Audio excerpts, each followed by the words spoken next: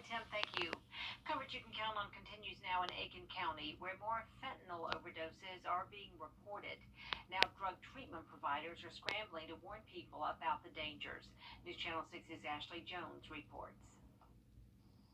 Experts here at the Aiken Alcohol and Drug Center say no recreational drug use is safe anymore, especially since traces of fentanyl have even been found in marijuana. And they called us back and gave us the terrible news that he had passed away. Robert Mackey says he believes his 31-year-old son, Brian, did not know what he was taking when he died of an overdose back in June. It wasn't long after that his girlfriend showed up at the hospital.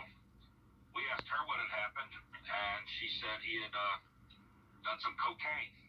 And we suspected, and still do suspect, that it was probably cut with fentanyl. Mackey describes his son as a normal, everyday guy who just made a mistake that cost him his life.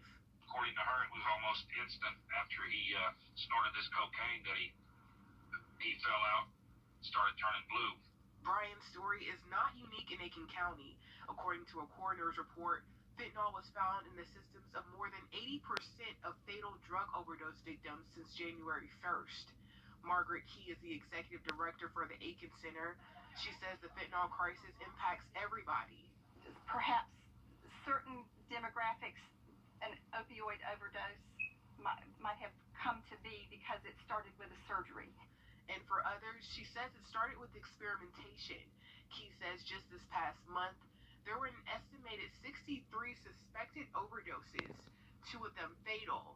Those numbers come from a national overdose mapping system used by the Aiken Center. It's not even the total picture. It doesn't include hospital data. It doesn't include in-home use where someone was revived by Narcan.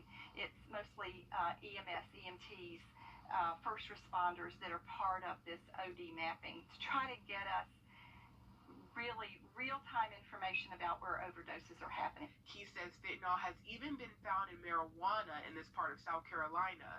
Aiken Center counselors say the emergency treatment Narcan has saved a lot of lives when it comes to overdosing. Now the center is continuing to raise awareness of the dangers of fentanyl and the importance of having Narcan on hand. It's through the Savannah River Rock, a community recovery center that's coming to North Augusta.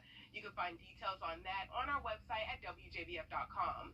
In Aiken County, I'm Ashley Jones, Wjbf, News Channel 6. If you want to become a firefighter or paramedic, now is the time to apply. There is a shortage of workers right now. Gold Cross EMS and local fire departments looking to fill several positions, and they need people to apply. We need people to do the job. We need firefighters and medics. We are always looking for great, qualified people who are looking to want to make a change. Gold Cross and Columbia County Fire Rescue tell us they're looking for applicants who just care about the community and are ready to work hard. State prisons will now have more options to. The Nike Peach Jam is now underway in the city of North Augusta, but as our Aiken Bureau Chief Sean Cabbage Talk reports, the event will look a little different than it did in years past. For more than 20 years, including this year as well, made their way to North Augusta for the Nike Peach Jam. This after taking a year off due to COVID-19. It's exciting, especially coming off the pandemic year. The players may be giving their best on the court, but they will be doing it in empty bleachers. Officials say it won't have any fans in attendance this year. We're trying to protect the players. Nike announcing the tournament at North Augusta's Riverview Park will be closed to the general public. For the first time ever, it will be a 2-week event. Also hosting the Girls Nike Nationals, which is normally held in Chicago. They wanted to try to create a bubble atmosphere, and with North Augusta area being a smaller community, than say Chicago, Illinois, and obviously that went hand in hand with no spectators. And 40 of the top boys teams competing for 24 spots. The economic impact, a big one for the city.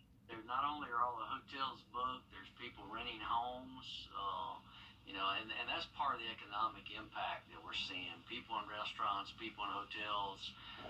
In a month of July, when normally people in the North Augusta area are on vacation, just makes a big difference. Having it in South Carolina's riverfront city, Mayor says, is just more convenient, and he's glad to have it back. I think what we offer is that it's the most important event going on in the community, whereas sometimes in a larger city, you know, they're just another event, and you have a small town atmosphere. In the North Augusta and the Augusta area, all the gyms are close by, makes it convenient for all the college coaches not to have to travel so much. In North Augusta, I'm Aiken Bureau Chief Sean Cabbage-Stock, WJBF News Channel 6. South Carolina lawmakers exploring change. Officials say they're still working out how much taxes would increase if voters approve the bonds. The trial of suspended Georgia Insurance Commissioner Jim Beck continued today. Prosecutors want jurors to conclude that Beck was running a $2 million scam to build money from who led the Georgia Underwriting Association to strong profits.